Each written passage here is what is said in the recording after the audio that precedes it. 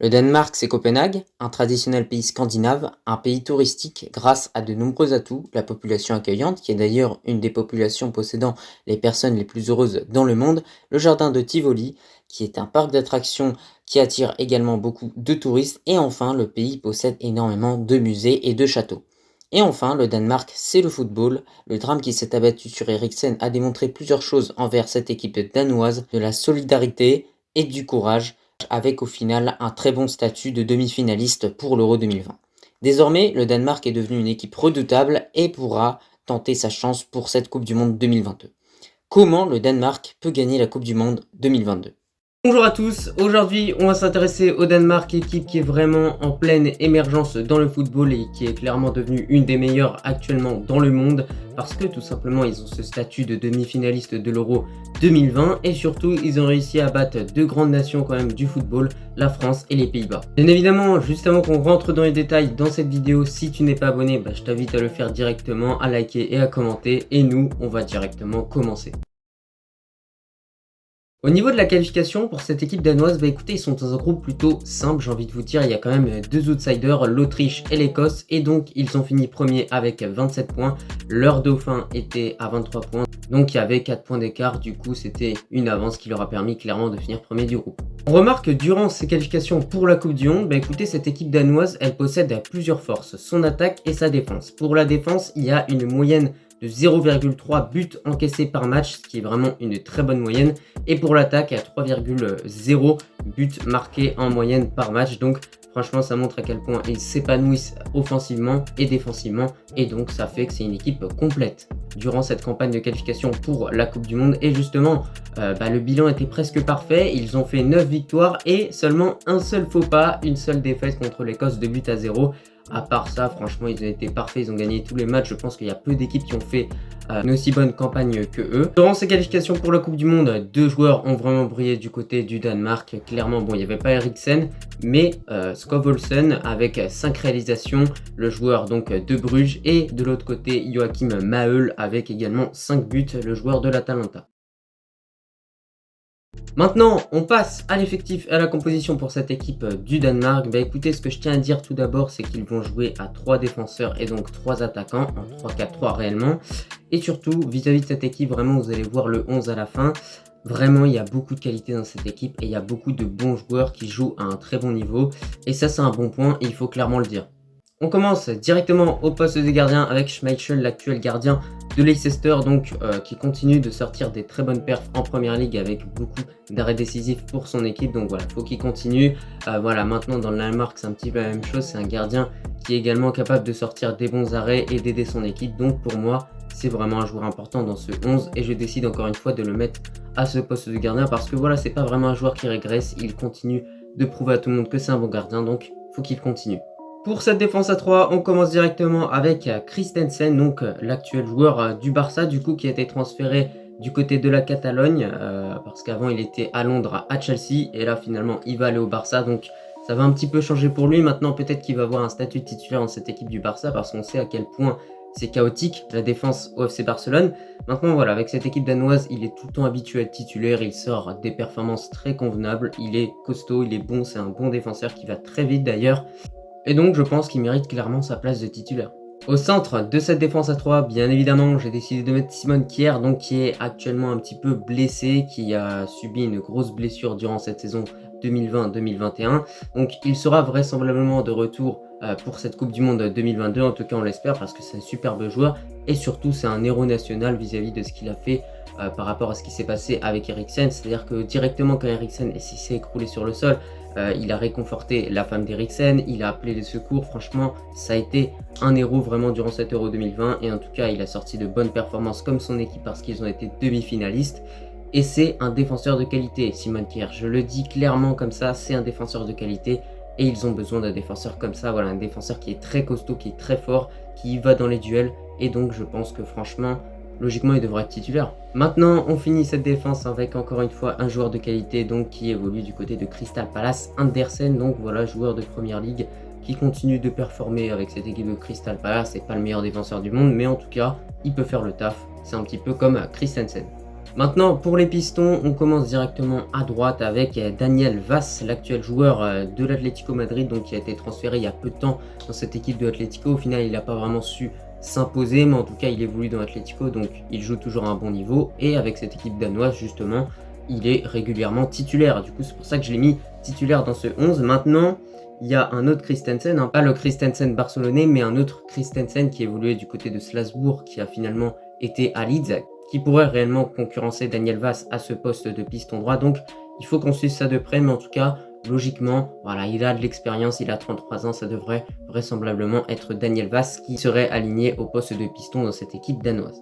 De l'autre côté, en piston gauche, sans réellement de surprise, j'ai décidé bien évidemment de mettre Joachim Mahel, donc joueur qui a vraiment sorti de très bonnes performances avec cette équipe danoise durant les derniers mois, durant les dernières années, etc. Durant l'Euro, il a mis plusieurs buts.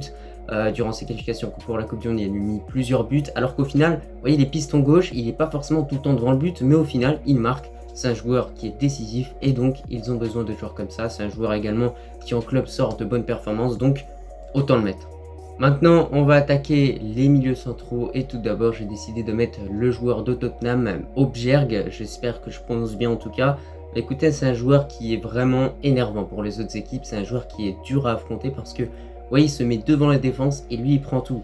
Les chevilles, le ballon, le joueur, tout ce que tu veux. Il récupère beaucoup de ballons, il est bon en interception et je pense que vraiment dans les relances ou alors tout simplement pour exploser sur les côtés et la donner à Mahel ou à Daniel Vaz, ça peut être un bon joueur, du coup c'est pour ça que je le mets titulaire. Pour accompagner bien évidemment Objberg, j'ai décidé tout simplement de mettre Delaney, donc l'actuel joueur du FC Séville. Bah écoutez, il joue encore à bon niveau, il a encore des choses à apporter dans cette équipe danoise, il a reçu même un trophée d'homme du match durant l'Euro, donc ce qui montre à quel point il est encore au top avec cette équipe du Danemark. Donc voilà, autant encore une fois aligner ce duo Objberg-Delaney parce que les deux sont complémentaires et arrivent bien à jouer ensemble, donc on va voir ce que ça va donner pour le trio d'attaque. Maintenant, on commence avec l'attaquant droit qui sera tout simplement Andreas Olsen, donc très bon joueur évoluant du côté de Bruges durant cette saison 2021-2022, qui a offert des performances plus que satisfaisantes avec cette équipe danoise, que ce soit contre la France ou contre d'autres équipes durant ses qualifications pour la Coupe du Monde. Et voilà, en tout cas, il a gagné sa place de titulaire, ça c'est sûr, parce qu'il est titulaire à chaque match du Danemark. Donc voilà, faut qu'il continue de performer parce que franchement, c'est un joueur qui, pourquoi pas, pourrait avoir de la visibilité durant cette Coupe du Monde 2022 et pourrait se faire recruter par un grand club. De l'autre côté, au poste d'attaquant gauche, c'est pas vraiment son poste préféré, je pense. J'ai décidé de mettre Eriksen, qui ne sera pas vraiment un attaquant gauche dans mon 11, mais plutôt un MOC gauche, hein, vous voyez un petit peu vers la gauche. Mais il sait occuper cette fonction, en tout cas il l'a fait plusieurs fois avec plusieurs équipes, dont Tottenham. Bah écoutez, Eriksen, franchement, c'est magnifique pour lui qu'il puisse disputer cette Coupe du Monde 2022. On sait qu'il a quelque chose dans le corps maintenant qui peut lui permettre d'encore une fois jouer au niveau et jouer au football tout simplement dans sa vie. Donc c'est super, il est revenu au top avec Brentford.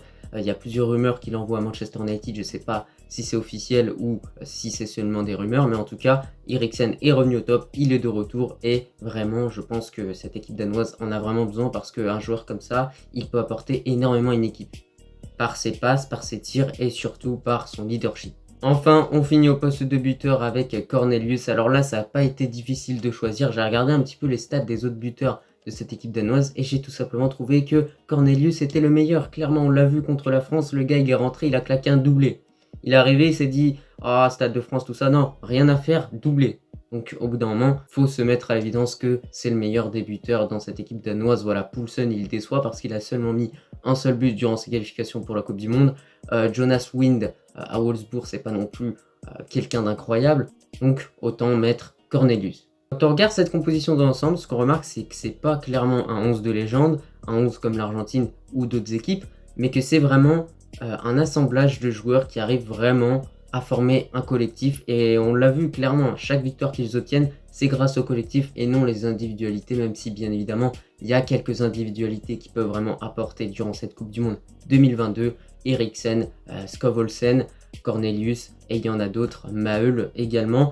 Mais je pense que franchement, le coach danois privilégiait plus le collectif plutôt que les individualités. Voilà, on voit vraiment que c'est une équipe qui est collectivement monstrueuse et c'est ça qui fait sa force. Pour cette Coupe du Monde 2022, clairement, ils sont tombés dans un groupe qui est semblable à celui dans lequel ils étaient tombés pour la Coupe du Monde 2018 en Russie, qui était tout simplement composé de la France, du Danemark, de l'Australie et du Pérou. Sauf que là, ça change à une seule équipe près, c'est juste que le Pérou est remplacé par la Tunisie. Et d'ailleurs, petite anecdote, le Pérou s'est fait éliminer en barrage de qualification pour la Coupe du Monde par l'Australie. Et justement maintenant, si on s'intéresse aux équipes qui forment ce groupe, pour l'Australie, c'est une équipe qui fait partie des équipes qui se sont qualifiés grâce au barrage, tout simplement contre le Pérou. Vraiment, ils ont eu chaud pour cette qualification qui a été arrachée au penalty grâce à leur gardien qui m'a fait clairement rire. Sa technique pour arrêter les ballons, il était en train de danser dans le but. Et au final, ça a marché, donc franchement, c'est payant. Mais je pense que clairement, dans ce groupe-là, malheureusement, je pense vraiment qu'ils vont se faire défoncer. Ensuite, pour la Tunisie, c'est une équipe qui a récemment sorti de grosses performances, notamment contre le Japon avec une victoire 3-0 et contre le Chili avec une victoire 2-0. Et moi, honnêtement, je ne m'attendais pas à ce que cette équipe tunisienne batte des équipes comme le Japon et le Chili, qui sont de bonnes équipes dans le monde du football. Et ensuite, surtout, ce qu'il faut retenir pour cette équipe tunisienne, c'est qu'il faudra faire attention parce qu'il y a quelques problèmes au niveau de la fédération et que si ça se dissout, réellement, il devrait manquer cette Coupe du Monde. Et écoutez, maintenant pour la France, les dernières performances, elles cultivent beaucoup de doutes chez les supporters et en tout cas même envers moi, parce que franchement, quand on voit sur le papier ce qu'il y a et quand on voit le contenu sur le terrain, c'est très décevant. Maintenant, il faut prendre en considération que Deschamps, c'était la Nation League, la France l'avait déjà remporté et qu'il était plutôt là en train d'utiliser cette compétition pour justement tenter des choses pour justement ce mondial 2022 qui va vite arriver. Et du coup, moi je pense qu'il faut vraiment pas prendre vraiment en compte ces dernières défaites pour la France parce qu'il était juste en train de tenter des choses. Et pour moi, si la France arrive à former un bon 11 et à retrouver son rythme de croisière, ils finiront facilement premier du groupe. Et du coup, le Danemark, dans ce groupe, où est-ce qu'on les place? Moi je les place tout simplement deuxième derrière la France parce que clairement ils sont au-dessus de l'Australie et de la Tunisie. Maintenant, pour mon pronostic de façon générale vis-à-vis de cette équipe danoise, écoutez, pour moi, c'est une équipe qui peut aller au plus loin dans cette Coupe du Monde, très clairement, parce qu'il y a beaucoup de qualité dans leur équipe. Maintenant, moi, je les vois aller en huitième de finale, et c'est là où ça va dépendre de l'adversaire avec lequel ils tombent, parce que s'ils finissent deuxième, ils vont tomber avec un premier, et ça va être compliqué. Maintenant, s'ils arrivent à battre ce premier et qu'ils vont en quart, pour moi, ils peuvent aller jusqu'en quart. Les demi-finales, vraiment, s'ils ont beaucoup de réussite. Et si déjà ils vont en quart, ils pourront être fiers d'eux parce que c'est pas tous les jours qu'une équipe va en quart de finale de la Coupe du Monde, tout simplement. Et attention, cette équipe danoise, ça peut vraiment être la surprise de cette Coupe du Monde 2022. Et c'est pour ça qu'on va les suivre de très près. Mais maintenant, moi, je les vois aller jusqu'en quart de finale, grand max.